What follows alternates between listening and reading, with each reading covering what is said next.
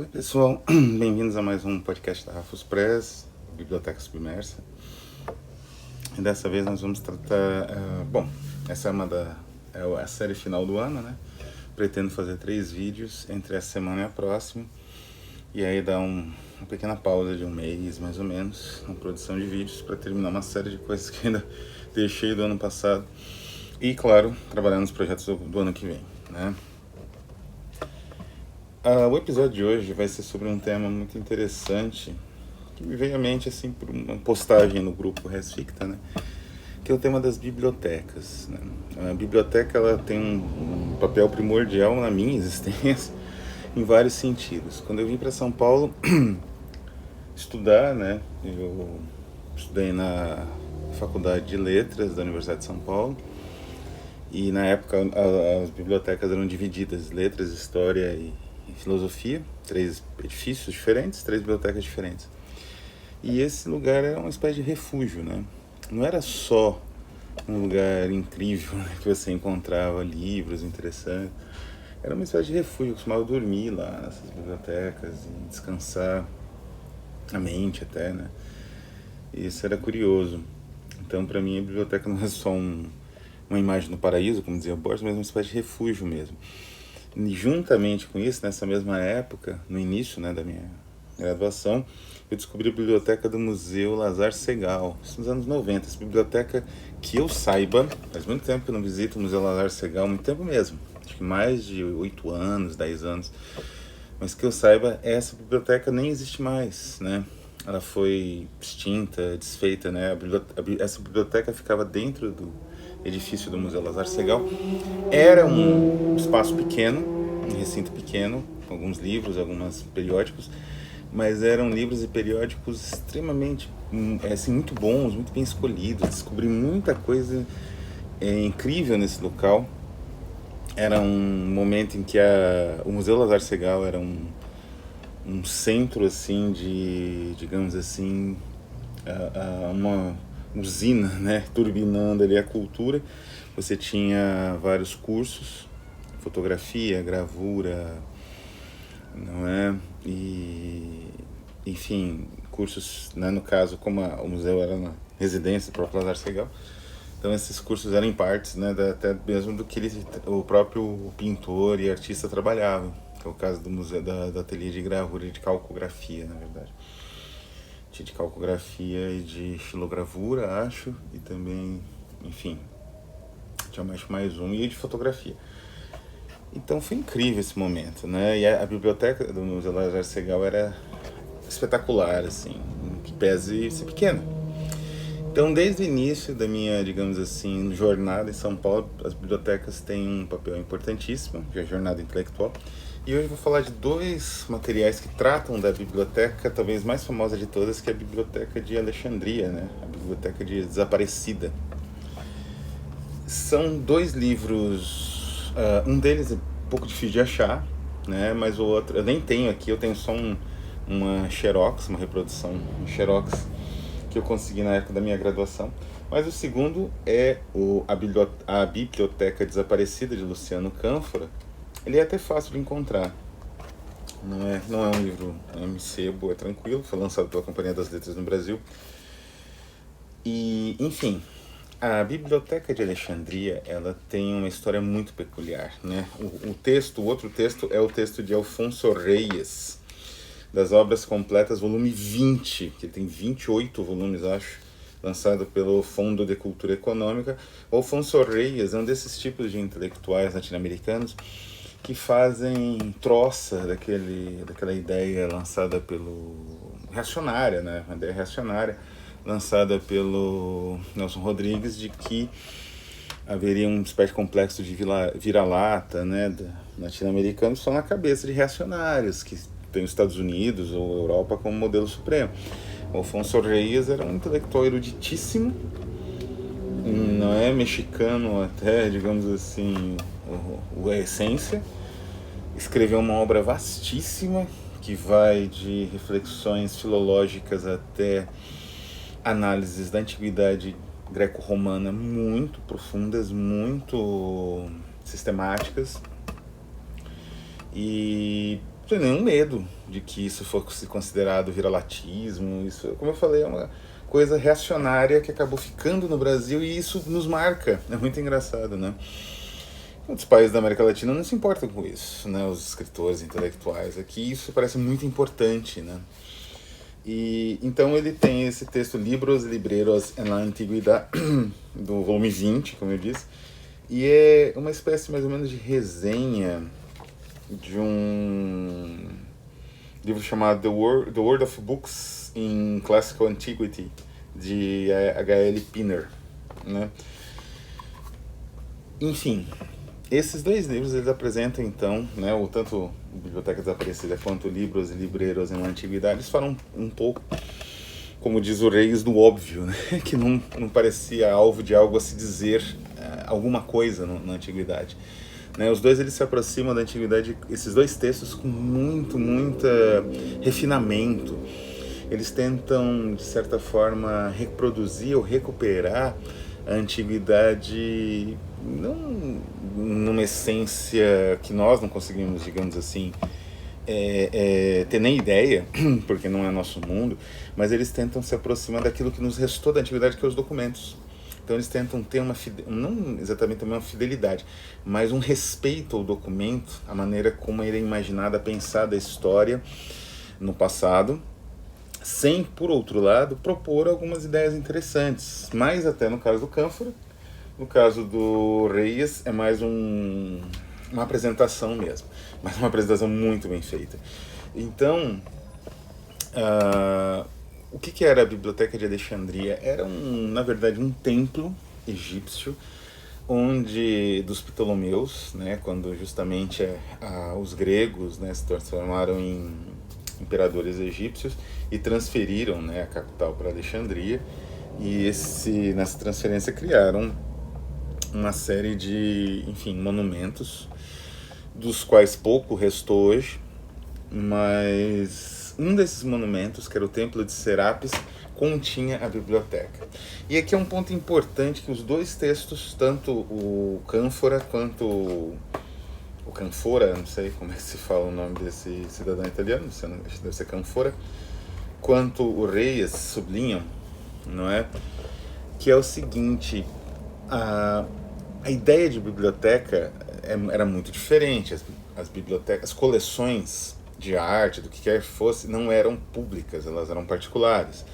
Então, o foco no edifício da biblioteca, que é o que a gente tem hoje, com essas grandes coleções do Smithsonian, da British Library ou da Bibliothèque Nationale, né, francesa, ou mesmo da Biblioteca Nacional, aqui do Brasil, essas grandes coleções públicas, ou que ficam armazenadas em edifícios, né, gigantes, enfim, que são marcos até arquitetônicos no tecido urbano, isso não existia. Não é? Então a biblioteca era um templo, na verdade, ela tinha várias funções, né, como qualquer templo. Então uma delas era o armazenamento dos livros. Então essa noção já é essencial e já muda muito a maneira como a gente pensa, né, os livros. Os livros também eram outro tipo, né, eles eram papiros, né, eram livros de rolo. No final da Biblioteca de Alexandria, já existia Incunábulos, né, que é o livro mais ou menos em forma de caderno, como a gente mais ou menos conhece hoje. Mas era uma parte até pequena da totalidade dos livros, né? A maioria ainda eram rolos, né, extremamente frágeis, né? E isso que vai dar alguns grandes problemas da biblioteca, que levaria à sua própria extinção. E, enfim, os dois livros, né? O do Canfora, acho que esse que é o nome dele, sendo Canfora, ele é muito instigante pelo seguinte: o Canfora, ele é um historiador, um filósofo também. Ele tem alguns livros lançados até pela perspectiva sobre o perigo de ser filósofo. Ele tem uma grande manancial de obras, assim, e de, digamos assim, de conhecimento da antiguidade. E nesse livro, A Biblioteca Desaparecida, ele optou por uma metodologia muito interessante, Porque o pensamento na antiguidade, evidentemente, não era como o pensamento atual, né? A maneira como o pensador da antiguidade articulava o rigor, aquilo que nós temos por rigor, que existe na academia, na pesquisa científica, era muito diferente. Então o pensador ele tinha que se ater ao que outros anteriores, né? Isso não era um erro lógico, né? Um erro argumentativo, como se acha hoje, com um apelo de autoridade e tal. Era assim que o pensamento era estipulado. Então, por exemplo, então assim, ele se aproximava da fonte antiga, acrescentava alguma coisa, digamos assim, mas sem perder muito o foco da fonte antiga, né? Então, por exemplo, quando o Shakespeare faz Macbeth, ele se baseia nas crônicas do Holinshed, mas ele altera, obviamente, o que era o Macbeth, até porque ele não fazia história, ele fazia ficção, então isso é permitido para ele, né? É a verossimilhança.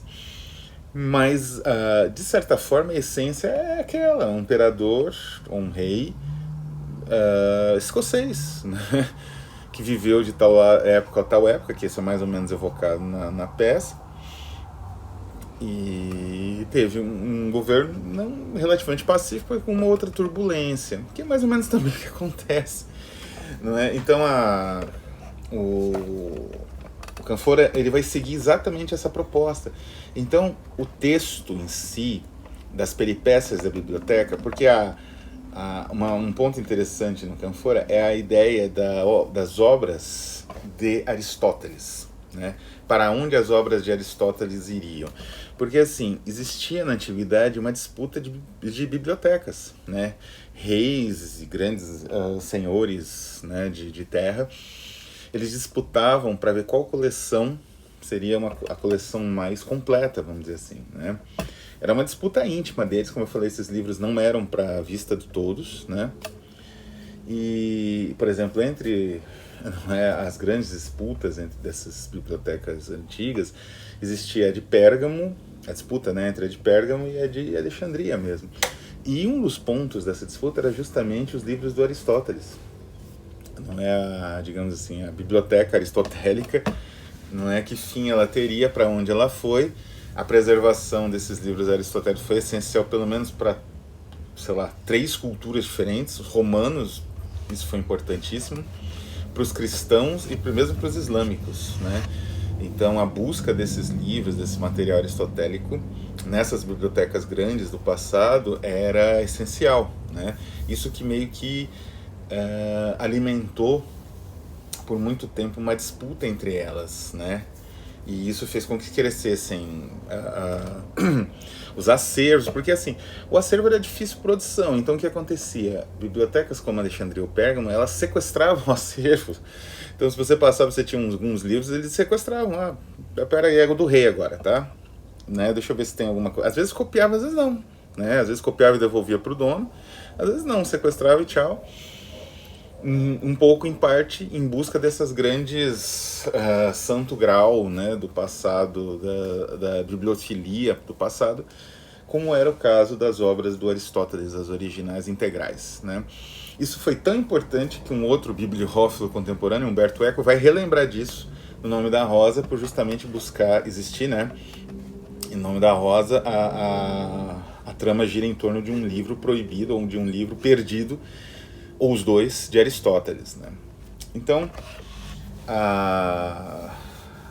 e esses episódios vão sucedendo. O que o Canfora faz? Ele vai trabalhando anedoticamente esses episódios, né? De uma tal forma que o leitor imagina até que aquilo é romanceado. Mas não é, aquilo é real. Cada episódio daqueles é real, ou pelo menos real no sentido em que está registrado nas fontes antigas, né? Nas fontes, e ele cita, né?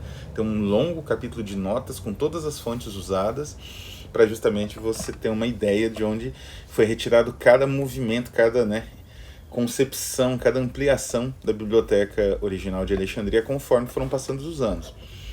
E o último episódio, antes dele passar realmente para a reprodução, né, daí a segunda parte é uma reprodução dos próprios textos originais, não é? O último episódio é o diálogo de João Filipão com Emir Abner Ibn al-As Prestes, né? Al-As Prestes a incendiar a biblioteca. Esse diálogo é espetacular, não é? Seria o diálogo do último bibliotecário, podemos dizer assim, gestor dos livros, protetor dos livros, guardião dos livros, que foi o João Filarete. É isso? João Filipão, com o Filarete, que era o seu, digamos, discípulo, né? A formação ainda era essa formação grega, né? Do discipulado, né? E com esse sheik, né? Quase uma espécie de general. E é espetacular. Essa parte é demais. Existiu todos esses personagens, eles realmente dialogaram, mas talvez não dessa forma. E aí realmente entra a perícia do cronista, né? Antes da crônica virar uma categoria do Jabuti, né? A crônica era a maneira como se imaginava a história, não é? E os cronistas, eles tinham esse, digamos assim, essa abordagem do material histórico mais complexa, vamos dizer assim, né? Com uma pitada de invenção, né? Que era, aliás, permitida pela retórica, né? Pela composição retórica, nas fontes que ele acessava. E então esse diálogo é simplesmente espetacular. Eu não vou dar spoiler, né? Na verdade ele é no meio, como eu falei, ele é o capítulo 16. Depois vem uma longa parte de notas e algumas reproduções dos textos originais, né? E assim, mais fragmentos com conjecturas um pouquinho mais sistemáticas. Tem a descrição da biblioteca, essa ideia de que, como era um templo, você não tem realmente o registro de todos os livros, porque a teoria do Reyes é que a biblioteca foi destruída pelos cristãos depois de uma batalha lá, acho que de uma dessas guerras romanas, né, que destruiu metade da biblioteca, os cristãos destruíram o resto. Mas a tese do Canfora é diferente, é que os livros, eles eram armazenados no templo de forma um pouco caótica, né? Então foram muita coisa destruída, mas existia muita coisa ainda, né? Então, a Biblioteca de Alexandria, ela era um centro de cultura milenar, assim, enquanto Paris foi a capital do século XIX no máximo, né? E aí os Estados Unidos, Nova York, durou uma parte do século XX, nem todo o século XX. Alexandria foi a capital cultural milenar, né? A diferença, né, das épocas. E foi lá que até mesmo a cultura judaico-cristã se estabeleceu, né, com a tradução da Bíblia para o grego, a Bíblia dos 70, o Septuaginta, né, a famosa história de que 70 sábios, rabinos sábios, né, se reuniram para fazer a tradução em lugares diferentes e todas as 70 traduções eram idênticas. Então essas histórias alimentam a Biblioteca de Alexandria, que se tornou um mito, né, uma espécie de terra sem mal, né? Uma espécie de outro universo dos livros, destruído de alguma forma no início da modernidade. A teoria do Canfora é que esses livros existiram até as invasões árabes, um resquício deles ao Egito, né? As invasões árabes ao Egito, a islamização do Egito. E o final, como eu disse, né, eu não vou dar spoiler do final, é um pouco conhecido o final, né, quer dizer, mas o final é espetacular porque justamente existe a ideia de que a fé, ela não é uma coisa unilateral, ela não é só destrutiva ou só positiva, né, como creem um lado e outro. Ela é as duas coisas. E a partir do mesmo, às vezes, do mesmo princípio, do mesmo silogismo, da mesma percepção da realidade, você tem as duas possibilidades, né? E isso, a maneira como isso é articulado dentro do texto, é simplesmente fenomenal, né? A Biblioteca Desaparecida, o livro, ele está entre as minhas grandes leituras, minhas grandes descobertas. Foi inclusive uma indicação do professor Luiz Nazário. Mas é um livro que eu recomendo muito que vocês leiam, se vocês, como eu, têm esse amor pela biblioteca, né? Eu trabalhei em duas, no Brasil e na Inglaterra, não é, as bibliotecas centrais, E, enfim, sem as bibliotecas, eu tento montar uma minha. Sem as bibliotecas, eu acho que eu não seria nem metade do que eu sou hoje, nem intelectualmente, nem como ser humano. Então é isso, vou ficando por aqui, um abraço e até a próxima.